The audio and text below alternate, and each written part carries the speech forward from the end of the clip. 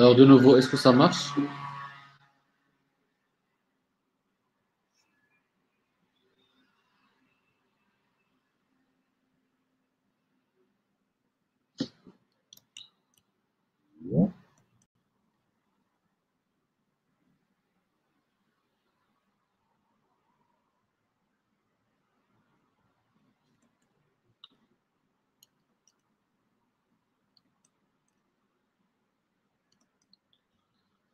Alors, les autres, Anas et You.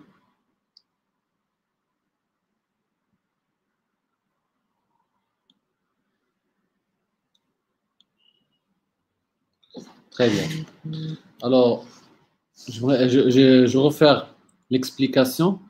J'aimerais rappeler qu'en la dernière séance, on a déjà vu comment configurer le routage statique afin de router les informations depuis le réseau 10.0 vers le réseau 1.0 en passant à travers le réseau 5.0. Alors pour cela, dans routeur 3, afin que routeur 3 sera capable de router les informations vers 1.0, j'ai tapé la commande dans routeur 3 IP route. J'aimerais aller au réseau 1.0 à travers 5.1. Voilà 5.1. Et la même méthode sera utilisée dans routeur 2 pour aller à 10.0. J'aimerais aller à 10.0 dans routeur 2 à travers 5.2, ce qui se trouve au même réseau connecté directement avec le routeur 2 dans routeur 3. Alors, cette opération nommée le routage IP statique avec l'IPv4. Alors, comment on peut réussir à créer un routage IPv6? Alors, pour réaliser le routage IPv6, d'abord, on doit avoir des réseaux IPv6. Par exemple, ceci.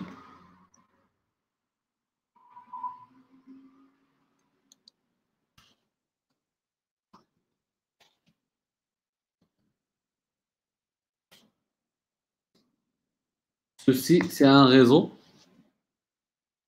IPv6. Alors, je peux ici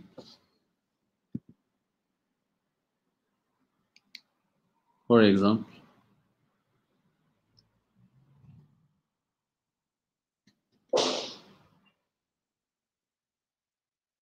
Alors, ceci, c'est un réseau IPv6. Alors, je vais expliquer dans quelques instants. Alors, je dois avoir un autre réseau ici. Alors, de nouveau, c'est 2001, réseau 2, slash 64. Parce que l'IPv6 intègre 128 bits. Voilà. Et le troisième réseau, c'est 2001, 3, 3, slash 64. Très bien. Voilà, on a réussi simplement. Ça, c'est l'IPv4. Ça, c'est l'IPv4. Et ça sera le réseau IPv6, le réseau IPv6 et le réseau IPv6. Maintenant, même les ordinateurs doivent avoir les adresses IP IPv6. Les adresses IPv6. Alors pour cela, rappelez-vous que ici, on a 2001.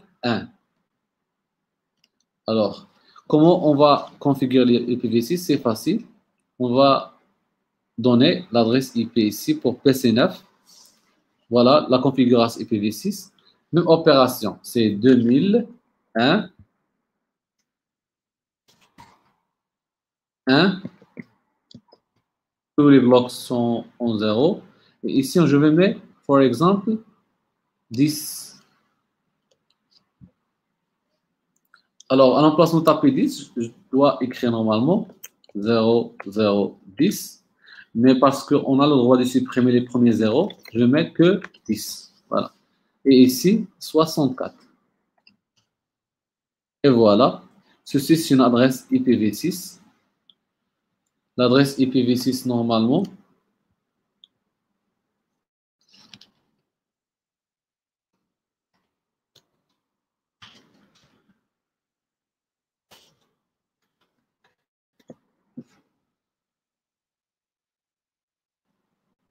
l'adresse IPv6, voilà, ceci, c'est une adresse IPv6.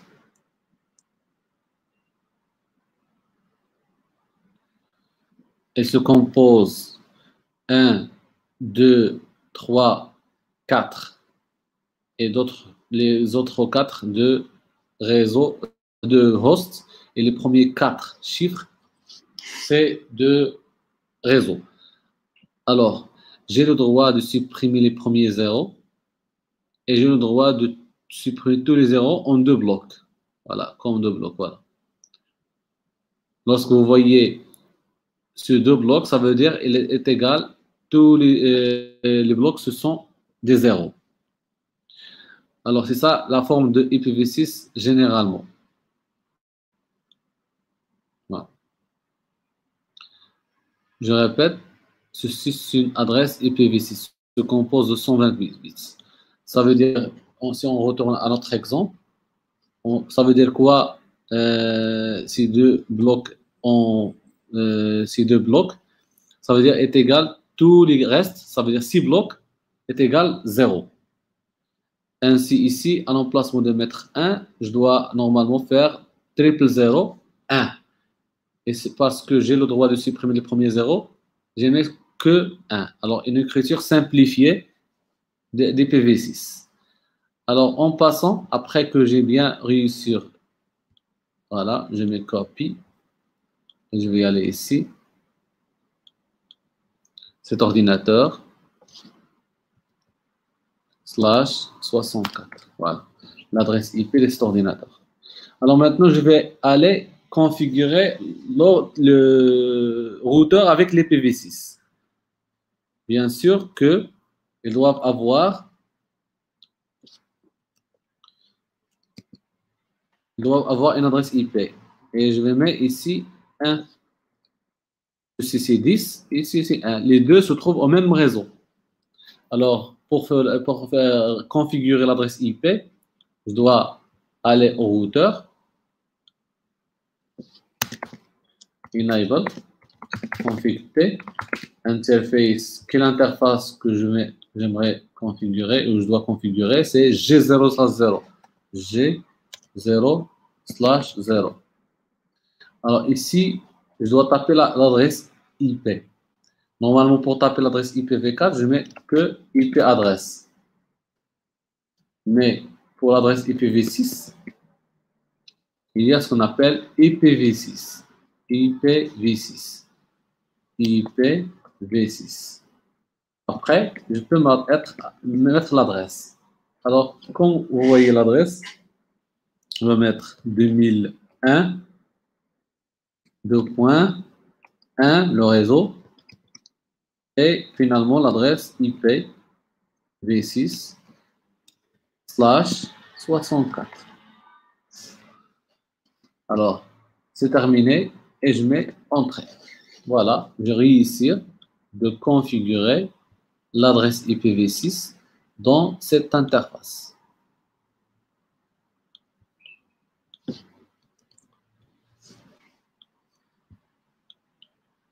La même méthode pour configurer l'adresse IPv6 ici.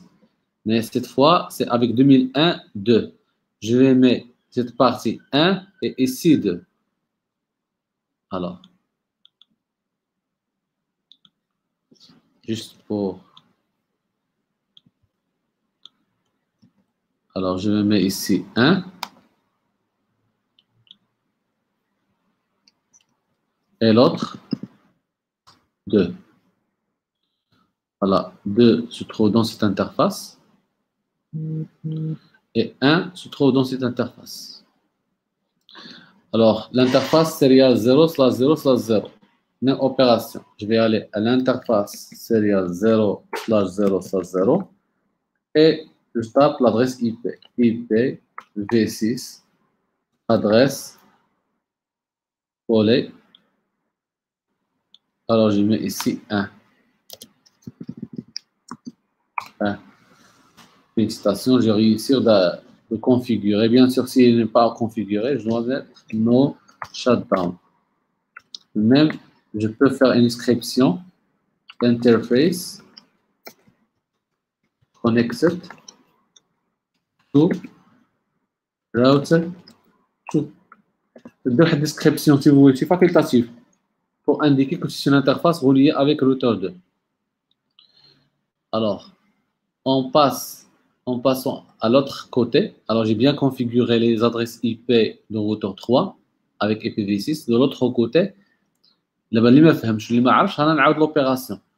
Je vais configurer serial 0/0/0 avec l'adresse IP v6 1.2.2 et l'autre côté sera 3.1. Même opération, enable, config interface serial 0/0/0, et je mets IPv6 adresse. L'adresse, c'est coller, je vais coller l'adresse, c'est 2 ici. Et voilà, j'ai bien réussi de configurer cette interface. Il me reste cette interface que je vais mettre 3.1. 3.1. Quelle interface? C'est l'interface G0/0. S'il n'est pas shutdown, s'il est shutdown, je mets no shutdown. IPv6, adresse. L'adresse, quelle adresse? C'est 3, le réseau 3. Et je vais choisir 1 comme adresse IP de cette interface. L'ordinateur sera 2. Voilà. L'ordinateur, je vais utiliser que PC5. Ça sera dans le réseau 3, bien sûr, parce que je suis maintenant dans le réseau 3. Et ça sera le numéro 2. Je vais supprimer ça 64, je le mets ici. Félicitations. Maintenant, cet ordinateur peut se communiquer avec ce routeur via l'adressage IPv6. Et ce routeur peut se communiquer avec ce routeur via IPv6. Et ce routeur peut se communiquer avec cette machine via IPv6. Maintenant, nous sommes demandés de faire ce qu'on appelle le routage IPv6. Pour réaliser le routage IPv6, d'abord, on doit activer le routage IPv6 avec la commande IPv6 unicast routing. Je dois aller ici, dans le mode configuration, et je dois taper IPv6 unicast routing. Même opération. Pour activer le routage IPv6, je dois aller au mode configuration et taper IPv6 unicast routing. On a réactivé ça, mais je viens juste de activer le routage IPv6, mais pas encore configuré. Alors, jusqu'à maintenant, est-ce que vous avez saisi ces informations ou bien est-ce que vous avez des questions?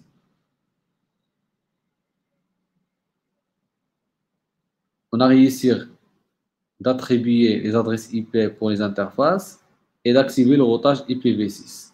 Est-ce que vous avez des questions à propos de ces informations jusqu'à maintenant? Oui ou non?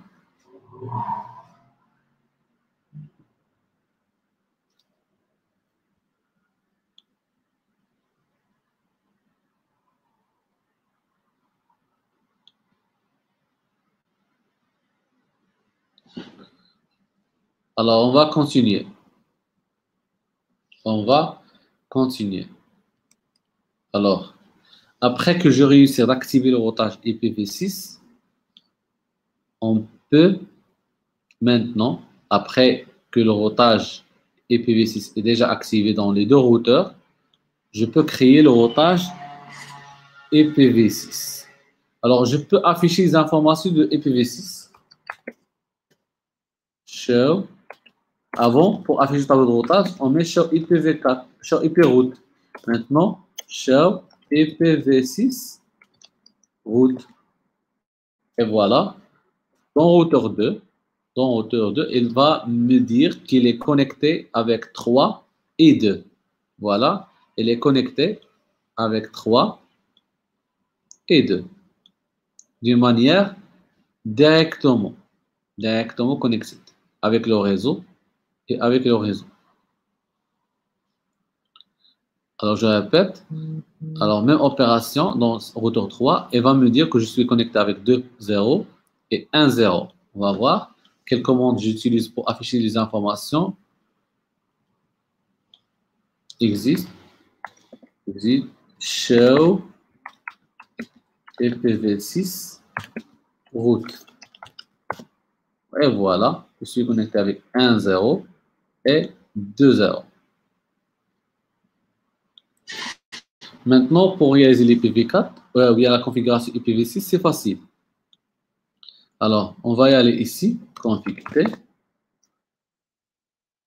Voilà.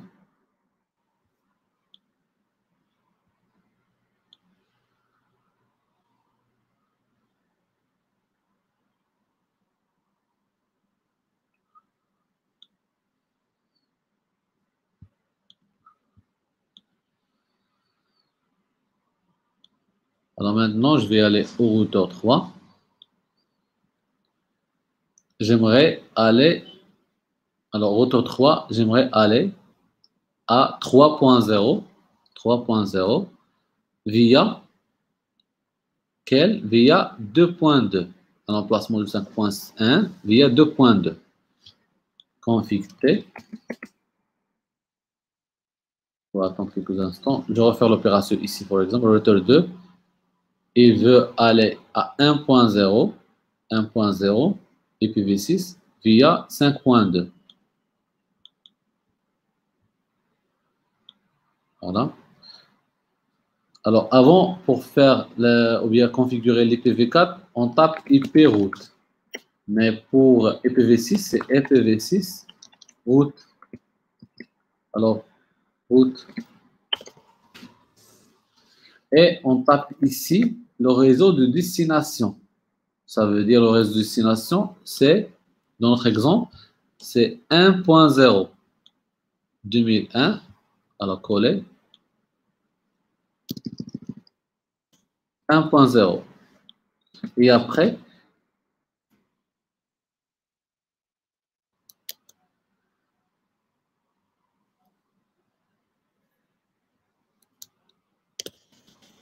je répète, 1.0.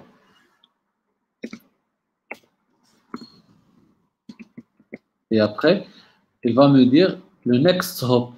Le next hop pour aller à 1.0, c'est 2.1. 2.1.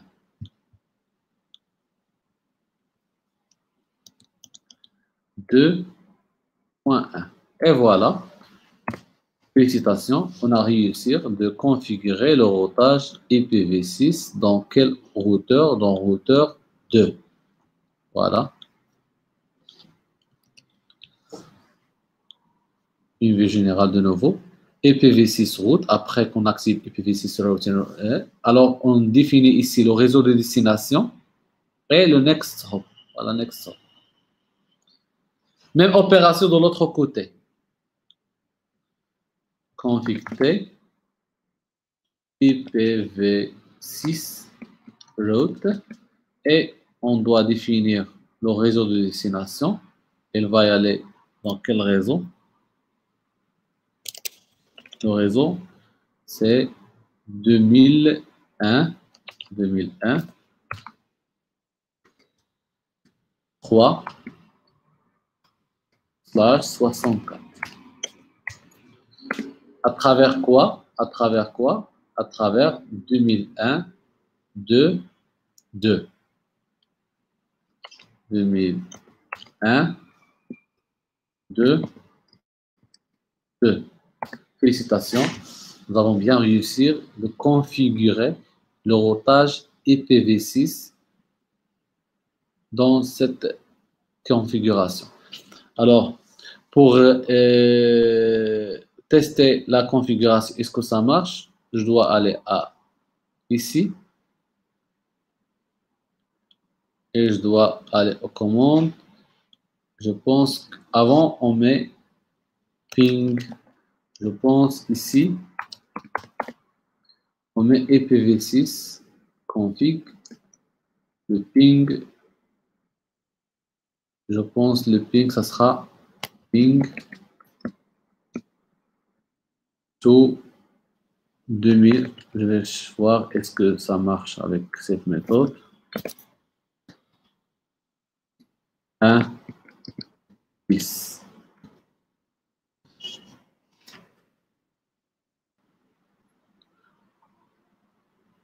Request timeout.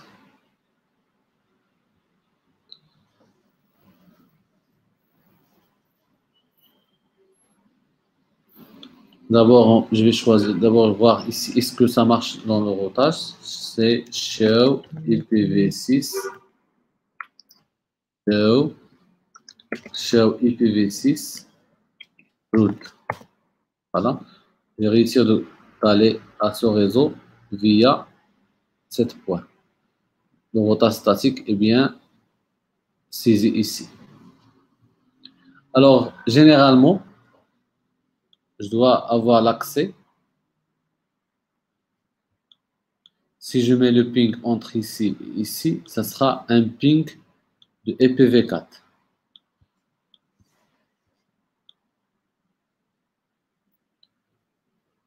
Alors, je peux faire un ping.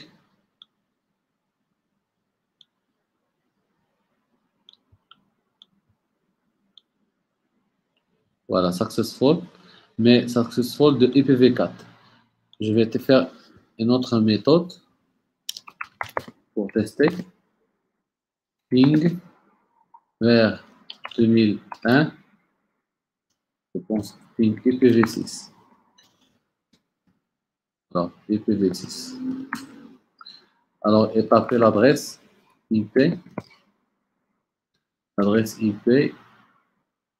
D'abord, je vais pinguer 2.2 dans mon adresse IP pour tester est-ce que ça marche. Ça marche. Et maintenant, 2.1, l'autre côté du routeur. Ça veut dire que je vais pinguer d'ici vers ici, 2.1. Ça marche. Et je vais, si ça marche le routage, je dois pinguer vers 1.1. Alors, je vais ici, 1.1. Et ça marche. Ça veut dire que le ping, ça passe entre ce réseau, entre ce PC ou bien ce routeur vers l'autre côté, vers 10, l'ordinateur. Alors, bien sûr, j'ai oublié de vous dire pourquoi ça passe pas. Parce que ici, je dois définir la passerelle. Voilà, j'ai oublié de mettre la passerelle, le gateway. Le gateway ici, c'est cette adresse. C'est 2001 1 1. Voilà.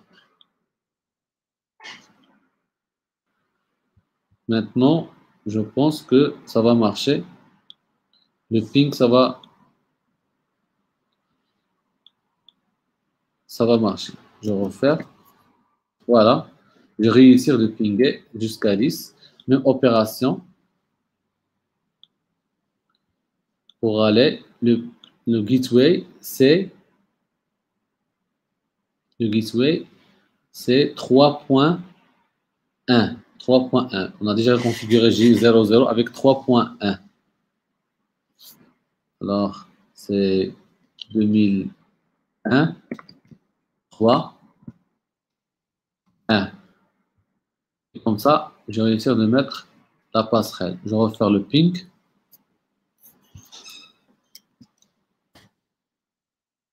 Et ça marche. Voilà. On a réussi de configurer le routage statique avec l'IPv6. Alors, le TP, afin que ça sera utilisé par vous-même, je vais essayer de sauvegarder le TP, write, et write aussi ici.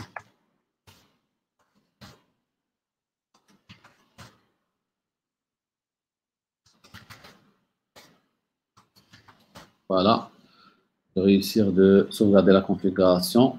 Et je vais essayer de sauvegarder la configuration l'IPv4 avec IPv6 routing. Yes, c'est sauvegardé. Alors, est-ce que vous avez saisi ce que je suis en train de vous expliquer tout de suite? Le routage statique avec l'IPv6. Est-ce que vous avez quelques questions?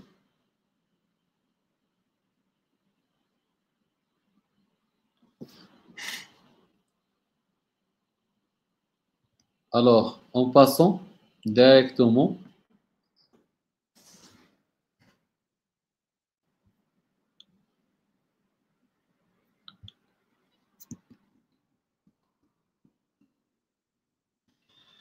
alors l'IPv4, déjà bien expliqué.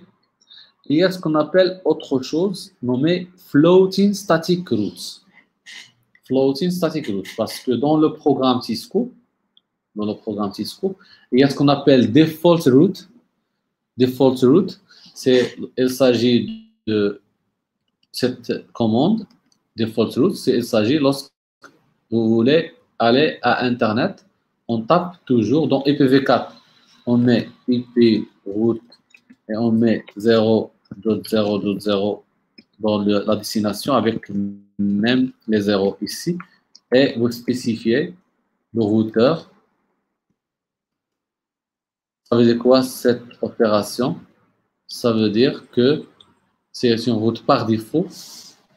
Si le routeur veut aller à un réseau non identifié dans le tableau de routage, il va utiliser le routeur 1.1. Par exemple, on appelle ça le gateway par défaut. Dans cet ordinateur, s'il veut aller à n'importe quel réseau, il va utiliser le gateway. Voilà. C'est la même opération. Ça veut dire dans ce routeur, si vous voulez, s'il est déjà connecté avec Internet, il peut y aller à travers ce réseau. Alors, autre chose, dans IPv6, alors l'IPv6, c'est une opération IPv6, route, et vous définir tous les blocs en 0, avec le masque tout il est en 0, ou bien on peut mettre slash 100 slash 0. Et ici, on doit spécifier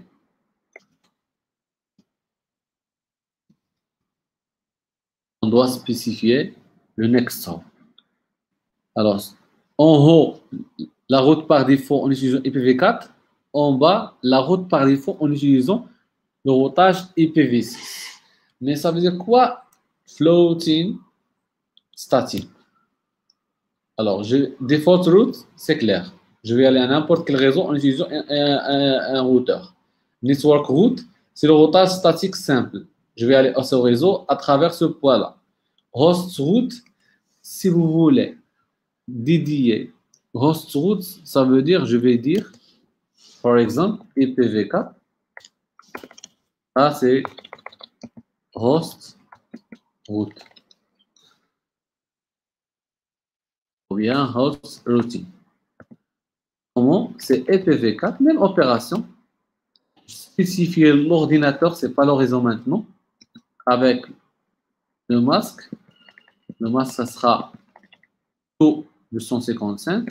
Et spécifier le réseau ou bien le routeur qui va transmettre ces informations. Voilà. Ça, c'est ce qu'on appelle host routing. Ça veut dire, si vous voulez aller à cet ordinateur, utilisez ce routeur. Si vous voulez aller à cet ordinateur, ce n'est pas un réseau. Avant, si vous voulez aller à ce réseau 1.0. Maintenant, si vous voulez aller à cet ordinateur, slash 32, ce n'est pas slash 24. Allez à travers cette routeur ou bien aller à travers la passerelle ou bien Nexthop. Finalement, il y a ce qu'on appelle floating static. Floating static, ça veut dire, si vous voulez, alors, comme le schéma ici indique, Si vous voulez aller à 1.2, par exemple, je suis connecté avec deux Inouï et Minitel. Inouï et Minitel. Alors, les deux, ils ont deux fournisseurs différents. Alors, comment on peut naviguer entre les deux et mettre la connexion entre les deux? Je vais faire l'explication.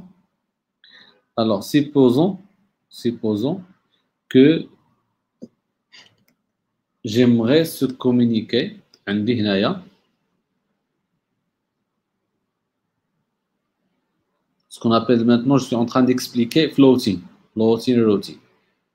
J'aimerais aller à un réseau avec deux routes. J'ai la possibilité d'aller à un réseau avec deux routes.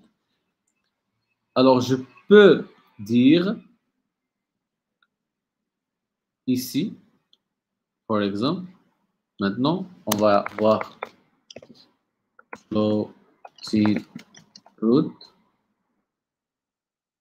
ou bien routing.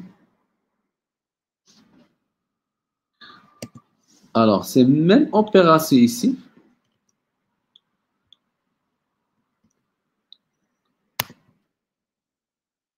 Et ici, j'ai le routeur de Maroc Télécom, 1.1, et le routeur de Inouï.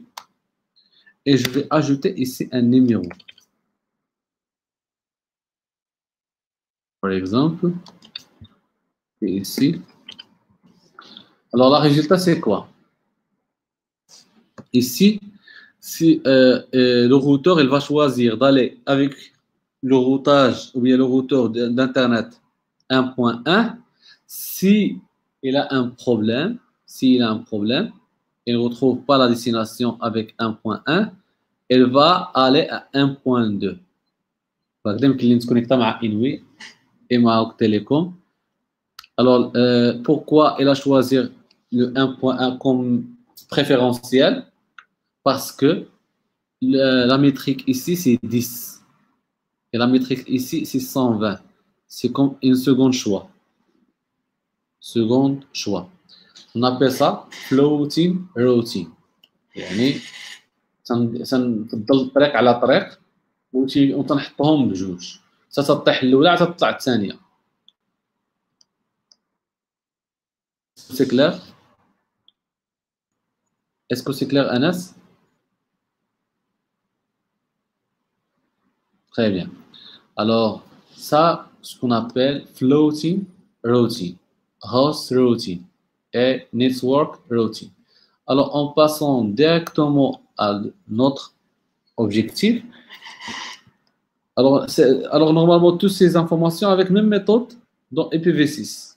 Si vous voulez appliquer, il suffit de mettre IP route, indiquer ces informations et ajouter à la fin ici la métrique. Alors, autre chose, floating routing. Alors, IPv6, route. Alors, il y a ce qu'on appelle le routage avec les interfaces. Le routage avec les interfaces. Alors, par exemple, si vous voulez interconnecter le réseau, ou bien j'ai deux VLAN ici, le VLAN en rouge et le VLAN en vert, et j'aimerais interconnecter ces deux VLAN à travers le routeur.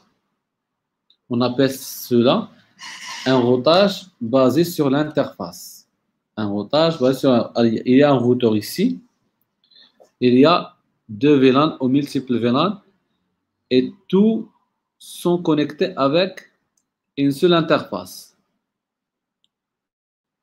Alors, l'interface sera divisée dans ce qu'on appelle des subnets, ou bien, regarde ici, sub-interfaces.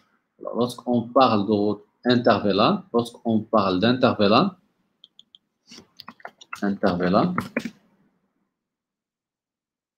on parle de routage épais. Alors, par exemple, Alors ici, un routeur, l'interface phase 00 sera divisée. On va créer des sous-interfaces virtuelles. Une interface connectée avec VLAN 10 et une sous-interface connectée avec VLAN 20. Alors on appelle ça interface. Voilà. Inter-VLAN. Une seule interface sera connectée avec les deux VLAN à travers des sous-interfaces ou bien des interfaces virtuelles. Même opération, voilà. Une seule interface, G02, sera connectée avec le VLAN 5 et le VLAN 10 et le VLAN 1. Mais en global, c'est une seule interface. Une seule interface. Alors, comment on va réussir de créer des interfaces virtuelles? Des sous-interfaces. On va réussir de faire des sous-interfaces. Alors, ici, l'interface, c'est G0/0. G0/0.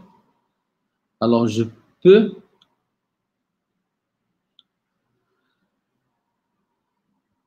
créer ce qu'on appelle, alors je vais amener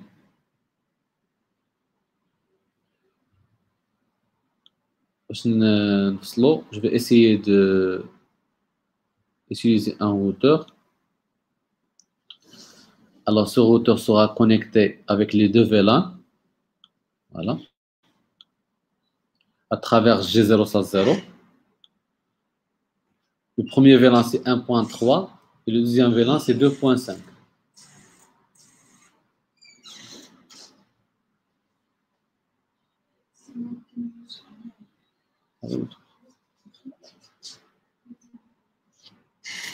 Une minute.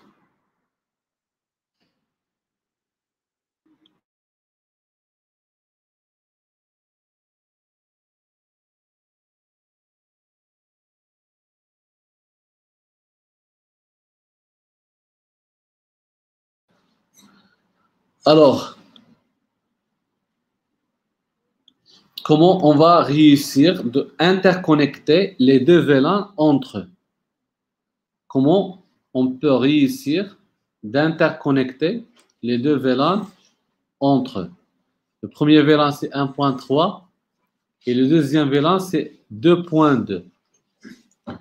Pour réussir la connexion des deux VLAN, d'abord, on doit acheter un routeur Cisco.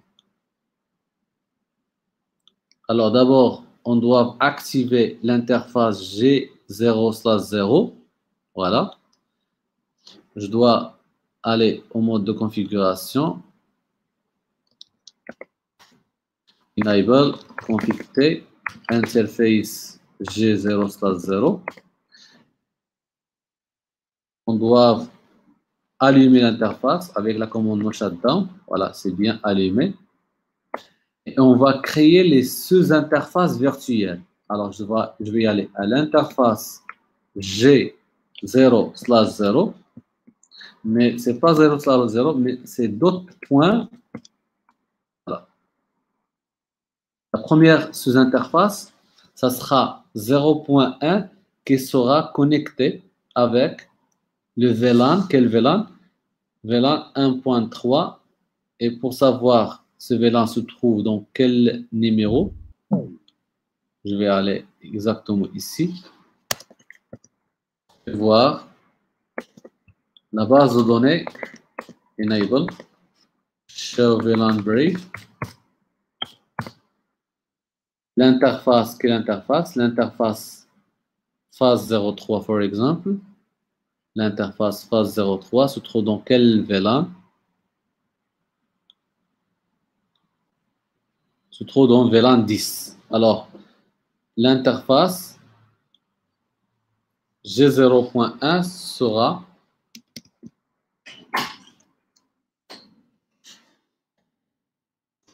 alors, je viens de créer la sous-interface G0.1 et elle sera connectée avec VLAN 10. Encapsulation .1q doit définir auto-contrainte et met VLAN 10. Maintenant, je dois créer et donner une adresse IP. Alors, d'abord, je vais réussir de créer la sous-interface, la première commande. Voilà. J'ai créé la sous-interface. Et après,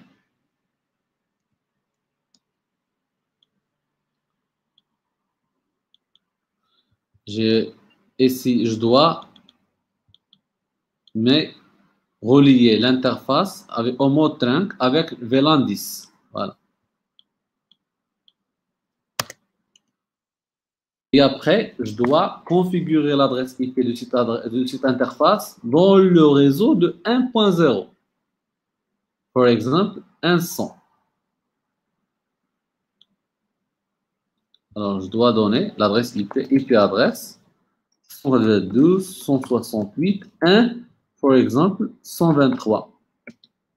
Le réseau 0. Félicitations, nous avons réussi de configurer la première interface pour réussir l'intervalant. Voilà. Premièrement, créer la sous-interface. Deuxièmement, mettre et relier la sous-interface avec VLAN 10 en utilisant l'encapsulation d'AutoEnqueue pour changer le mode en trunk. Et finalement, donner l'adresse IP reliée avec le même réseau de VLAN 10. La même opération qu'on doit faire pour VLAN 20. Je pense que c'est VLAN 20, 4 et 5. Alors, pour cela, je vais aller de nouveau ici, aller créer la deuxième interface, C2, créer la deuxième interface, encapsulation reliée avec 20 et l'adresse IP, l'emplacement de 1 ici, ça sera 2. Alors, les mêmes commandes seront tapées. Voilà, les mêmes commandes seront tapées. Seulement, je vais changer le VLAN qui sera relié et l'adresse IP ainsi le numéro de la sous-interface. Et congratulations, nous avons réussi de configurer le routeur avec l'intervalant afin qu'il peut se communiquer avec les deux réseaux. Maintenant, je demande au routeur, s'il te plaît, est-ce que le tableau de routage, il va me dire shell IP route. Il va me dire que je suis connecté avec 1.0 et je suis connecté avec 2.0. Alors, connected. Je répète. Alors, connected avec 1.0/24 et connected avec 2.0/24. CC. Alors maintenant, le routeur, il peut faire le routage. Mais il reste que cette interface, l'interface 10 dans le switch, doit être trunk. Pour faire cette opération, je dois aller à config T, interface fast 0/10 doit être switch port mode trunk. Et félicitations, dans presque 50 secondes, je serai capable de interconnecter les deux réseaux entre eux. Ça veut dire interconnecter les deux VLAN entre eux à travers le routeur. L'information sera envoyée jusqu'à le routeur et elle sera revenir vers le deuxième VLAN.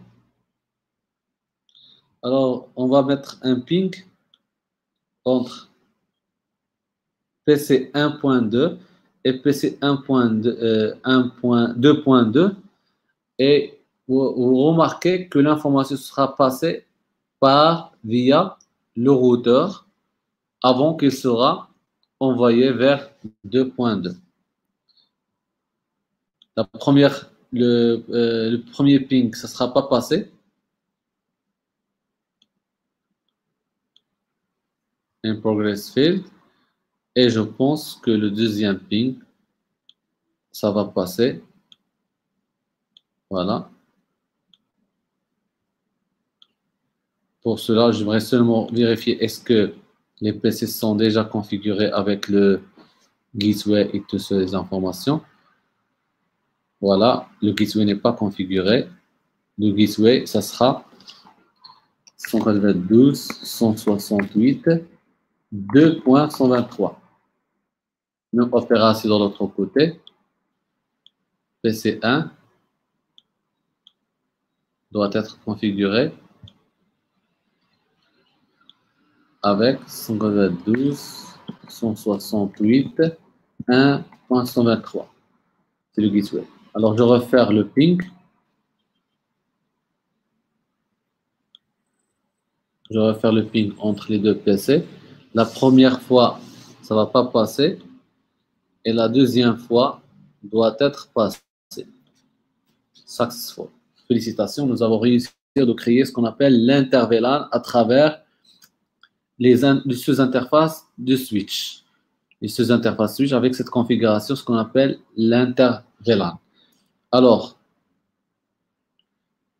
il existe une autre méthode pour faire l'interVLAN, mais la meilleure et la plus utilisée, c'est cette méthode.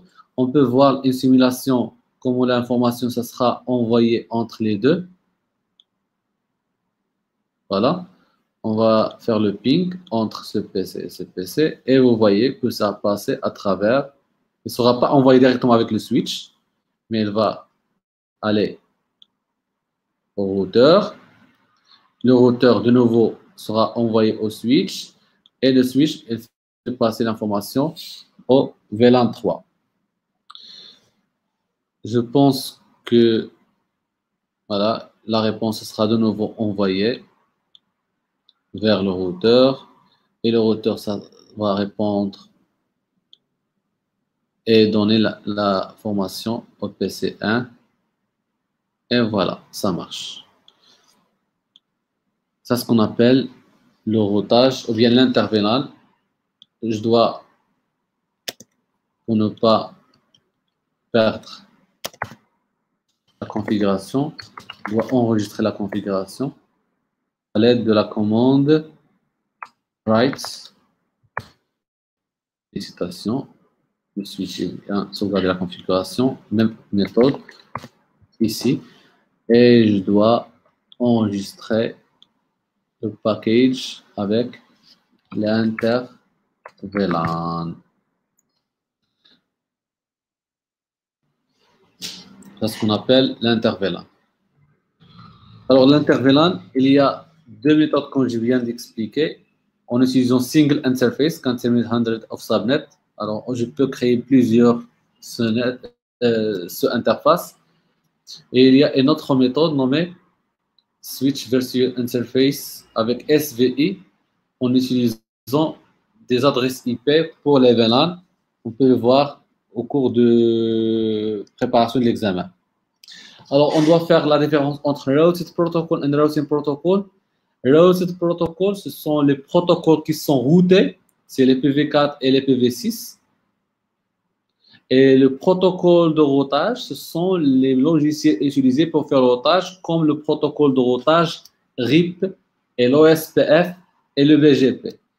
Alors, le protocole de routage, ou bien le logiciel de routage, à l'emplacement de faire le routage statique, on va utiliser un routage dynamique en configurant un logiciel de routage dynamique nommé protocole de routage. Qu'est-ce qu'il va faire? Il va d'abord, pour réussir le fonctionnement du protocole de routage, il va advertise routing info to neighbor routers. Neighbor routers, ça veut dire les routeurs voisins. Il va envoyer le tableau de routage et les informations chaque routeur, il envoie les informations liant directement à l'autre routeur de voisin. Il va lire les informations de routage from neighbor routers. Il va après find best routes. Il va rechercher et chercher la meilleure route ou bien meilleure route pour l'installer dans le tableau de routage. يقلب على احسن طريق باش ينستاليها في tableau de routage. React quickly to network topology change. S'il y a un changement, s'il y a un problème et il y a des routes alternatives, automatiquement, elle change la topologie. Ça veut dire un routage dynamique sans la présence d'un administrateur réseau. On appelle aussi, ou bien on a un mot, ce qu'on appelle la convergence. C'est quoi la convergence? Lorsque tous les routeurs, ils ont même vision, même topologie déjà installée. Alors, si on a un problème, on perd la convergence, mais après quelques secondes, on retrouve de nouveau la convergence. Alors, vous devez savoir aussi qu'il existe deux types de protocoles. Des protocoles IGP et des protocoles EGP. Les protocoles IGP, ce sont des protocoles au sein du même organisme d'administration. On appelle ça l'autonome système. C'est quoi un autonome système? Ça veut dire que il y a un numéro qui identifie l'organisme qui appartient للروتاج. هو واحد الرقم باش نعرف به لي روتور اللي تحت الاداره ديالي ثم ادمنستراسيون. اذا اختلف هذا الرقم يعني انني اتحدث مع شركه اخرى او اتحدث مع un autre organisme. On appelle ça intérieur gateway protocol. Ça veut dire la gestion de routage intérieur et la gestion de routage extérieur entre between deux organismes, deux administrations. Et le plus utilisé, le protocole plus utilisé, ce qu'on appelle BGP, Border Gateway Protocol. Alors, IGP, dans IGP, il y a deux méthodes pour faire le routage. Soit on utilise les algorithmes de distance vector, ou bien les algorithmes link states. Distance vector, une méthode stupide, c'est se base combien des routeurs entre moi et la destination. Le fait que vous avez moins de routeurs, ça veut dire la meilleure route pour lui. Alors, c'est simple, mais slow to convergence. Link states, ça, c'est pas le plus important combien de routeurs entre moi et la destination, mais c'est la meilleure route. Ça dépend de la bande passante et d'autres facteurs. C'est plus intelligent, mais ça demande assez d'efforts. Et il y a un protocole qui ramenait les avantages de distance vector et les avantages des link states, nommé IGRP ou bien hybrid. Aussi, il y a la nomination métrique ou bien le mot métrique. Alors, chaque protocole de routage utilise une méthode pour retrouver le meilleur chemin. Le RIP, par exemple, utilise hop count, combien de routeurs entre moi et la destination. L'OSPF utilise la cost, vous savez combien je vais. Cost, c'est le mouanat, combien le paquet doivent. Un algorithme pour calculer si la bande passante est mieux, ça veut dire que il sera une cost moins faible. Les GRP utilisent beaucoup les deux méthodes, on appelle dual algorithme. Alors, on va retourner à ces informations après. La séance prochaine ou bien demain, ce sera pour mieux gérer le protocole dynamique et on va finaliser l'OSPF pour terminer la partie routing. Alors, j'aimerais vous rappeler qu'aujourd'hui, on a vu le routage IP statique avec on utilise IPv4 et IPv6. Et la séance prochaine, on va voir comment configurer l'OSPF. Et de nouveau, on va redéfinir les informations de protocole de routage dynamique. Alors, demain, on va voir exactement ces informations pour terminer la partie routing qui est égale à 25% de notre cours Cisco. Espérons si on termine demain la partie routine. La séance qui va se suivre, ça sera pour IP Services. Et c'est une séance qui représente 10% du programme qu'on va terminer la séance qui suit la séance prochaine, avant on est presque de terminer le programme Cisco CCNA généralement. Merci pour votre écoute. Est-ce que vous avez des questions? Do you have any questions? Fad, Oumeima, Anas, Rasmiyat. Alors, cette séance, ça sera dans quelques instants sur la plateforme de École internationale. Merci pour votre attention. Et assalamu alaikum wa rahmatullahi wa barakatuh.